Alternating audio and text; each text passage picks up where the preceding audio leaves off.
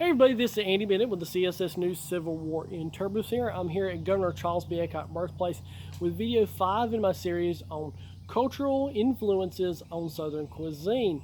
In this video, we're going to talk about two groups of people.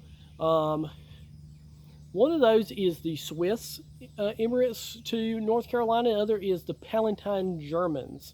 Germany's a big place. And lots of Germans came to America and across the South during time period. We're going to focus on these two groups, the Swiss and the Palatine Germans that settled in North Carolina and their cultural contributions on our Southern cuisine. First of all, understand why these immigrants are coming here. They're not coming here just for land. They are escaping religious persecution and warfare. They're refugees. What happens in the early 1700s is Spain's king dies without an heir.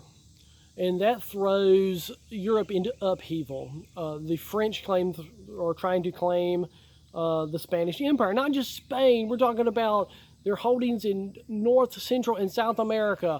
Empire full of gold and land and opportunity. So it is a big, vicious war. It includes the Habsburg Empire, the Dutch, the English, and poor southern Germany is caught in the crosshairs between these empires fighting back and forth. The French invade multiple times, so these Germans have to flee, and they are invited to come to Pennsylvania.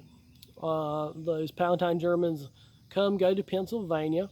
I have a personal connection to this story on my mother's side of the family. A gentleman named Adam Drollinger left with his brother and wife and got on a ship called the Friendship in 1727 and sailed for Philadelphia. They landed in Philadelphia, tried to settle in Pennsylvania, and it was just a little too crowded for them. So they headed down what's called the Great Wagon Road that runs from Pennsylvania through Virginia into North Carolina into South Carolina and Georgia. And they decided to settle in what is now Alamance and Caswell County.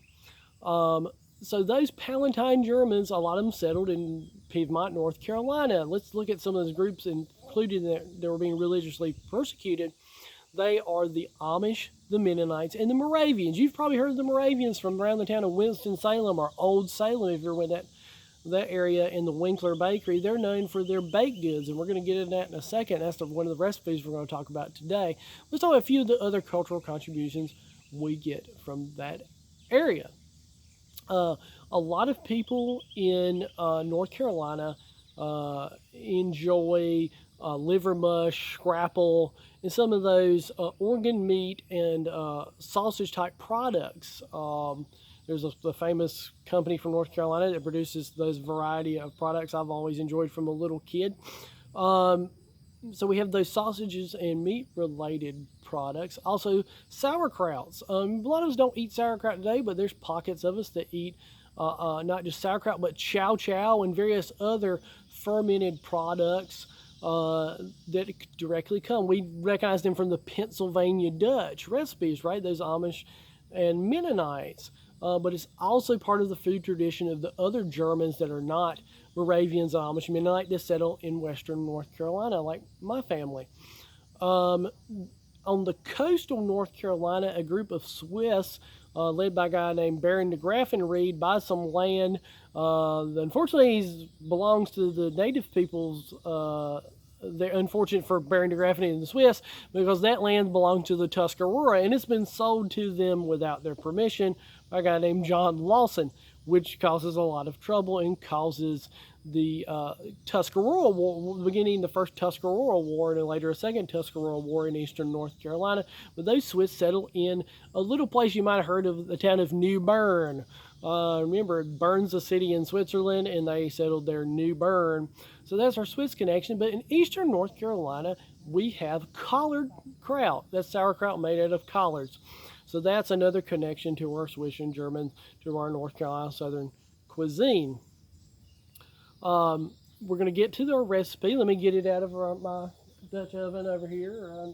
Get it uncovered, keep the flies off of it. Right? It's ginger cake. Like I said, the Moravians are known for their baked goods. This recipe in particularly I've gotten from a recipe book. A lady named Madeline Russell. She was a freed person of color from Tennessee in 1866. She wrote a book called A Domestic Cookbook. And this recipe comes directly from that. And as I said before in the previous videos, the details of this recipe will be posted below because it's really simple and really delicious cake. It's molasses, which gives us that brown color.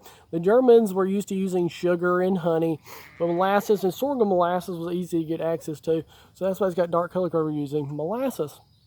And so I hope you will try that recipe. But ginger snaps, a popular cookie before the Civil War and popular still today, is a direct link from the Germans to our Southern traditions in cooking, particularly in our baked goods and our love of sausages.